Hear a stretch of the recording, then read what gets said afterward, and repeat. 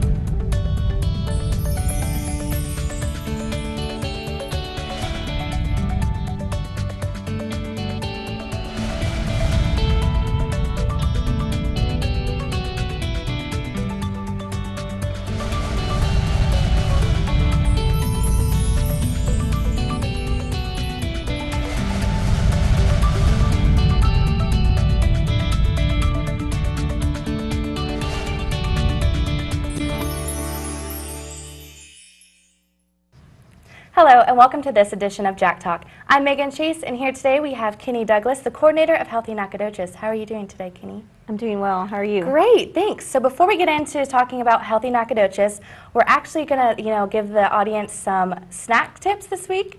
So we are going to be making ants on a log, which is like a classic snack, easy to make. So while we're getting our ingredients ready, can you tell us about Healthy Nacogdoches? Sure. Healthy Nacogdoches is a coalition that's here in Nacogdoches that works to improve the heart and stroke health of our community. So we have a focus, about 50 people come to our meetings, about 100 people are members of the coalition. Okay, so let's just get on into making these. They're really simple. All you need is some celery, either cream cheese or peanut butter, whichever. If you're feeling sweet tooth, then peanut butter. If you like the sweet and salty, then we're going to do cream cheese. And then have your bowl of raisins. So tell us about the committees that y'all have at Healthy Nacogdoches. Well, we have 4 committees in our coalition, and there's the tobacco committee, the nutrition, physical activity, and then we have a diabetes prevention committee. And each one of those committees, our coalition sort of takes an approach to improving health in our community with with the policy and environmental change factors for our physical environment. And so we're adding things to our community like trails and sidewalks and smoking ordinances and things that help improve lives. So basically making Nacogdoches a better place to live? Exactly. Awesome. So I heard that y'all had a kids expo. Can you tell us a little bit more about that? Sure, we have a kids expo every August right before school gets back for the local kids in our area. And it's basically a way to show them ways to be physically active.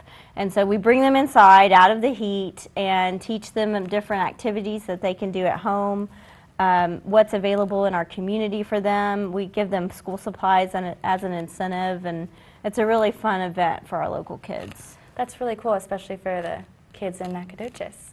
So as you can see, all you have to do is put down cream cheese or peanut butter onto your celery and then just plop on some raisins. And this is a salty sweet one. I like salty sweet, so we're going to use cream cheese, but you can always use peanut butter as well. And I also heard about the Tim Hayward Memorial 5K. Tell us a little bit more about that. Okay, well, we had one of those in March, and it was our second annual Memorial 5K. It was in honor of Tim Hayward. And Tim Hayward was our past CEO for Memorial Hospital, and he passed away last year, and we've had this 5K in his honor. And it benefits a fund, a medical lecture fund, that helps our healthcare individuals in Nacogdoches learn more, kind of bring the education to them versus them having to go to a larger city. Was there like a prize incentive, or was it just like an honor of Tim? It's an honor of him. There's not any kind of prizes or awards given out at this fun run. It's just about getting out and being active. Okay, that sounds awesome. So I hear y'all have a tobacco committee. What is that, and what does they do to either prevent tobacco or anything like in Nacogdoches? Okay.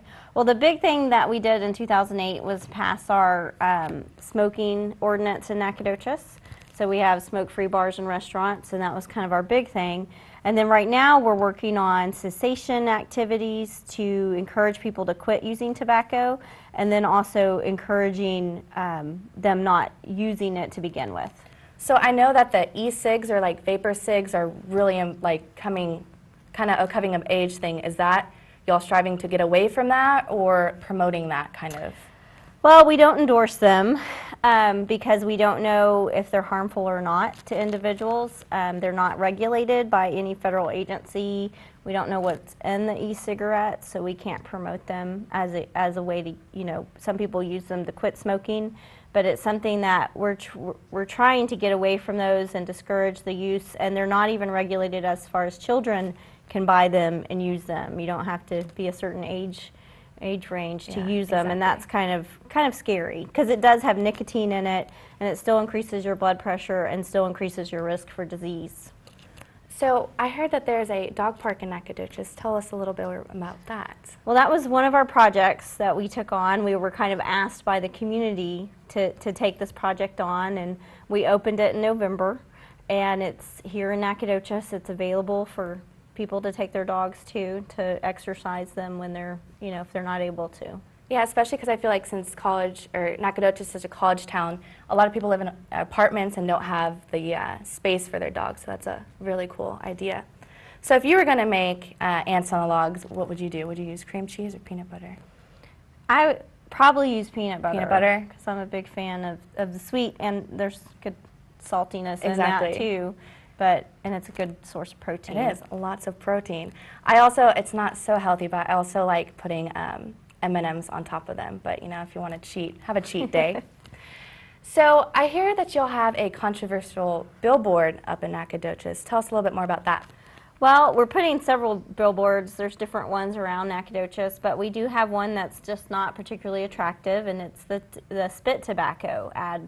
And it has a gross mouth with spit tobacco in it, and it says to spit it out. And the reason we went with that ad, it wasn't the prettiest ad to go with, but it's developed by the state to prevent tobacco use. And we think it targets children and kids that see it as unattractive and gross and not something that they want to do, or hopefully maybe girls will influence boys not to do it. And so it's something that we thought catches a lot of eye, and we do get some comments about it. So basically it's shock factor. Mm-hmm. Very cool. Well, thank you so much for joining us. This is the final product of Ants on a Log. They are super easy to make. This one's cream cheese, and this one's peanut butter. And that looks like all the time we have this segment. Thank you so much, Kenny, for coming in today and making these tasty treats. Up next, we have Rebecca Bullough, who will be showing off her healthy version of cookies. Stay tuned.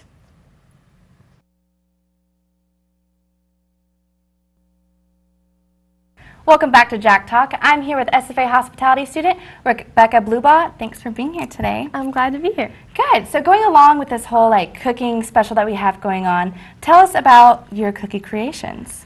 All right, so these are my healthy cookies. This was my research project for the undergraduate research conference this year. And basically, they are made from white beans, and people would never guess. Yeah, definitely. So tell me about the School of Science and what made you choose this nutrition path for your major? Well, I've always been interested in nutrition. I've been an athlete my whole life, so kind of how it can help me with athletics, but I've also had my own struggles with nutrition, and so learning about nutrition definitely helped me and how it can help others really improve lives. So can you tell us what other ingredients go into these healthy cookies? All right, so we have the white beans, that's the main ingredient, and we also have coconut oil, almond butter, almond flour, some honey, and some stevia to help reduce the sugar content but still be really sweet. And then we have dark chocolate chips, and then your usual vanilla and baking powder. So are these soda. Chocolate chip cookies? Yes. Awesome, those are my favorite. So how did you go about finding which ingredients would be healthy but still would taste like a normal cookie? All right, well, there's actually a lot of stuff out on the internet. You just gotta search for it.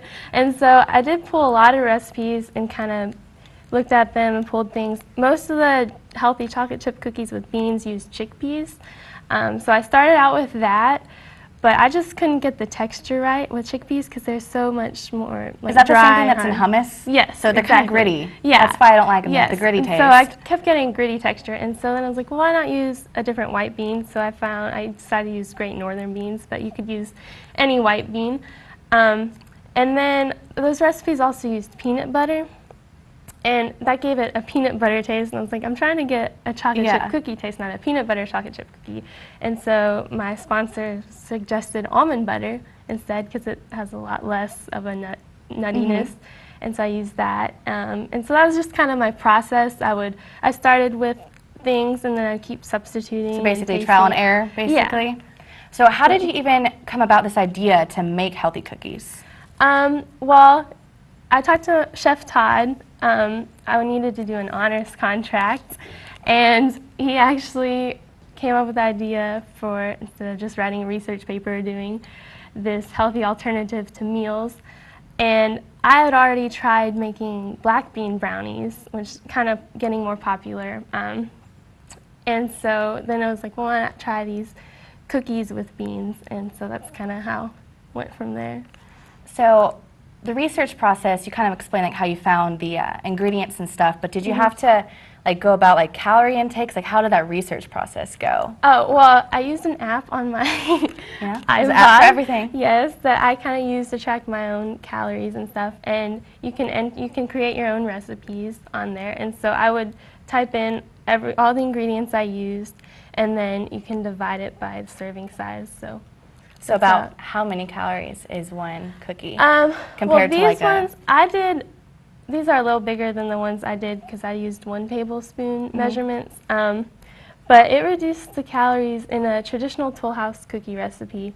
For the same serving, it was about like 130, and then compared to like 70 for these. Yeah, that's really And good. the fat was reduced a lot. And with the beans, you're getting more protein and fiber. Your sugar is reduced a lot. And they're also gluten-free and lactose-free. That's good because I know a lot of people these days are either gluten-free or can't, eat certain things. So that's awesome that that goes along with those. So I read I read that you had an undergrad research conference. Tell us a little bit more about that. Oh, that's a really cool opportunity. Every year in the spring, they elect people that have done a research project or a paper. They're nominated by their professor, and they get selected into this undergraduate research conference to display what they've done. And so you have to write an abstract, and then the committee selects. So lots of people enter, but not everybody gets in. But it's really cool because from all different departments of the school, you'll have people who have done research projects. I mean, forestry, biology, and you'll get to see like what everyone's doing on campus and extra research and stuff. So is it like a giant science fair kind of type thing? Yeah, it's kind of like that. Yeah. I don't know. It's a little bit different, but for me, it was kind of like that because I felt like this was a science project. Yeah, almost. exactly. So like, what other was there other people that had done cooking things at this conference? Or? Yeah, the previous year, Chef Todd had sponsored someone who did a healthy meal, and he had brought, well, I think he did his own like restaurant or something, and so he kind of made a sample of what would be on his menu, and so it was a big hit last year, and so that's why he was really wanting me to do something like that this year. You've mentioned Chef Todd a few times. Who is he? Is he like your mentor? Or? Well, he's a professor. He's in the human sciences. I guess he's kind of like a mentor, but he's one of my professors. He's a great teacher. He really challenges you to do things on your own, but he's there in case you're like crashing and burning. He's there to help you. That's always nice to have people like that. So is this the first time you've entered into this conference or been selected into this conference that you went to? I actually got into it my freshman year for a research paper I did on Kenyan running. Wow. So a little bit different going from, Yeah. well, I guess it kind of goes along because it's kind of nutrition-y, like working Yeah. out. But that's crazy. So how long did it take to like master these perfect, like healthy cookies?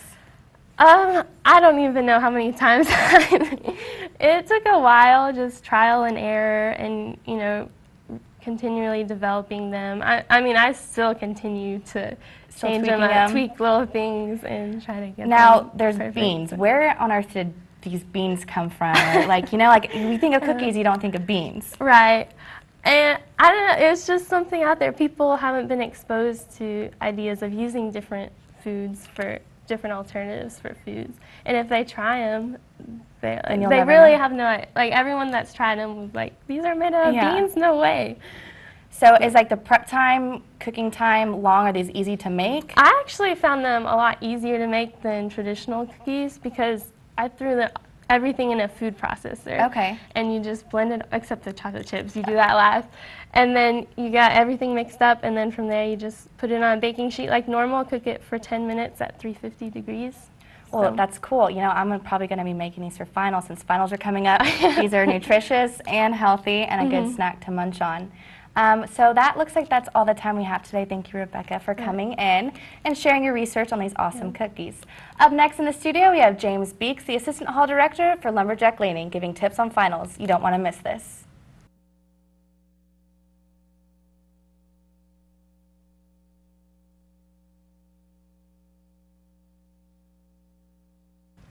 Welcome back. I'm here with James Beeks, the Assistant Hall Director of the Lumberjack Landing. Thanks for coming in. How are you doing today? I'm doing great. Good. Well, before we jump into, you know, finals tips and what's happening at the landing, we are going to be making some snack wraps. So before we, you know, jump on in, the ingredients that you need some plates, some knives, tortillas. We like to use some chipotle sauce, but you can use whatever sauce you want to use. Like some people want mayonnaise, relish, you know, it depends. I like them a little spicy. And then you have some turkey, or you can use ham, salami, you know, whatever meats you have. Same with the cheeses. We have American slices today, but sometimes I like to spice it up with some pepper jack, you know, from some spice. So tell us a little bit about your position and what you do with the Lumberjack Landing. Well, as the Assistant Hall Director, AHD, we have a lot of acronyms in Res Live. I'm essentially the CA to the CAs. I support my staff, the community assistants of Landing. We have a pretty big staff. We have 15 CAs on 8 floors total. And I do all the responsibilities that they do, bulletin boards, door tags, all that kind of stuff, but also do a lot of administrative responsibilities for the hall director. So I do a lot of you know, tasks for the hall director, a lot of administrative tasks, and I have office hours during the week. So You got man of many titles. yes, So absolutely. finals are coming up. I know, especially Landing is a freshman dorm, so freshmen are probably a little scared. Do y'all have any programming that you're doing to help them get ready for finals? Oh, absolutely. And Easter was just recently, so we had a program to where it was called Eggtastic Break. And what we did is we had them decorate and color Easter eggs, but at the same time we had tips for, you know, resume building and that kind of thing. And we had someone from Career Services come out just to kind of get them prepared for, you know, the next step next year, just to get them ready for that kind of thing. I So. wish they had that my freshman year. Oh, absolutely, absolutely. We have really good programs that we do in Landing, and the CAs work really, really hard to get residents to come out of their rooms. Well, good. So I'm gonna. Would you like some chipotle sauce? I would like some Yes, chipotle yes. sauce. It's hard to say chipotle. So I just poured a lot, so you can, you know, pour how much you want. We're just gonna lather it around here. So the Landing has the Student Success Center. Tell us a little bit about that and what all entails there. Well, the Student Success Center is really, really neat because it has different rooms for studying and SIs that go on campus. And the thing that I like about it is it has about 3 or 4 projectors in different rooms. It has a computer lab where you can just come usually between noon and midnight if there's not an SI going on. And then it also has a couple rooms with TVs where you can come, bring your laptop with an HDMI cable and just hook it up and, you know, practice presentations, that kind of thing. So So do you think the lot of Success different- Center has like helped the freshmen with their exams and finals? Oh, absolutely. In the Success Center, it's not just for the students who live in Landing, it's for all freshmen and even upperclassmen who just want to come in there and use it after SIs are over with. So. Sounds very helpful. You got a lot of sauce there, don't you? Yes. Okay, so next you're going to add the turkey or whatever kind of meat you have. Today we're using turkey, so you can I'm going to do 1 because I don't know how thick I want it. What do you want to do? I'll let you have that. So what are some of your personal study tips that help you during finals or that you recommend to freshmen or even upperclassmen? Well, one of my personal study tips, and I've learned this just being at SFA as long as I have, is not to procrastinate. Try to study at least a week ahead of time. If you wait to a day or 2 days ahead of time, then you're probably not going to, remember it as much. But if you wait and do it a couple weeks ahead of time, then you'll definitely succeed. That's my Achilles heel, procrastination. Use a napkin. I know these can get kind of messy. So what is the Residence Hall Association, and how do they collaborate to help with finals and putting on programs? Well, RHA, which, acronyms, RHA is very helpful in doing mass programming as well. They actually have their best week ever going on from the 22nd to the 25th, I believe.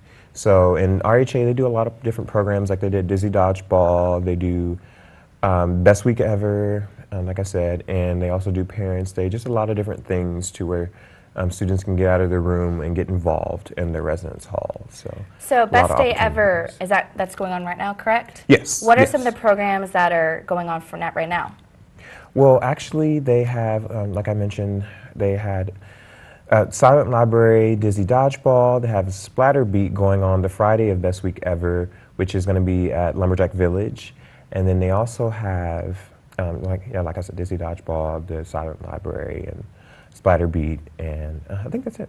So this is kind of a Best Week Ever being put on as a kind of a release before Yes, Dead it's Week definitely and a good finals. stress relief because Splatter Beat is a lot of fun, and they'll have a bunch of trash cans and they'll have paint, and you can just beat on the trash can lids while music is Take out playing in the anger. background. So it's very, very much a stress reliever. Tell us so. more about the Silent Library. Silent Library, yes, it's actually going on Wednesday today. So, and basically, it's just like the TV show if you've ever seen it on MTV. And they'll have you doing various odd tasks. And I actually remember a couple years back when I was participating in Silent Library, they had the girl in my group. Thank goodness it wasn't me, but she had to. They soaked a tampon in fish oil. Oh my! And it was in red dye, and yeah, it was very interesting. So. They just have you doing various odd tasks. So That sounds very interesting. So I like to add cheese on mine. I don't know if are you a cheesehead? yes. I Oh, love then cheese. you grab some cheese slices, break that apart, and plop them on. So I know that finals are coming up. I keep saying that just because it's on my mind. Do you have any that are stressing you out, and how are you overcoming these stresses and stuff that everyone feels around these times? Well, I think that. Well, absolutely. I'm definitely feeling a little overwhelmed as the closer we are to finals. But a way that I keep sane is just making time for friends. Definitely when you are a CA or an assistant hall director, any of that sort of nature, even a desk assistant that we have, or just working on campus in general, you'll definitely be stressed trying to balance your job and working with your academics. So one way that I do that is just making sure I make time for friends, and we can go out to even just going out to Walmart or going to McDonald's late at night and just spending time with one another before we all leave for the summer. Spending time and eating food. Let's roll these on up, and then we'll have our little wraps here. And I feel like SFA encourages students to go to the ARC and stuff. Do you agree with that? And how does the ARC and the Student Success Center, do you agree with that? Absolutely. Go to the ARC, especially for a lot of lower level classes. So the first year students and sophomores will benefit the most from going to the ARC. Perfect. Perfect. Well, that looks like all the time we have left today. For this edition of Jack Talk, thank you, James, for stopping by and making these little cute roll-ups. Tune in next time for another edition of Jack Talk.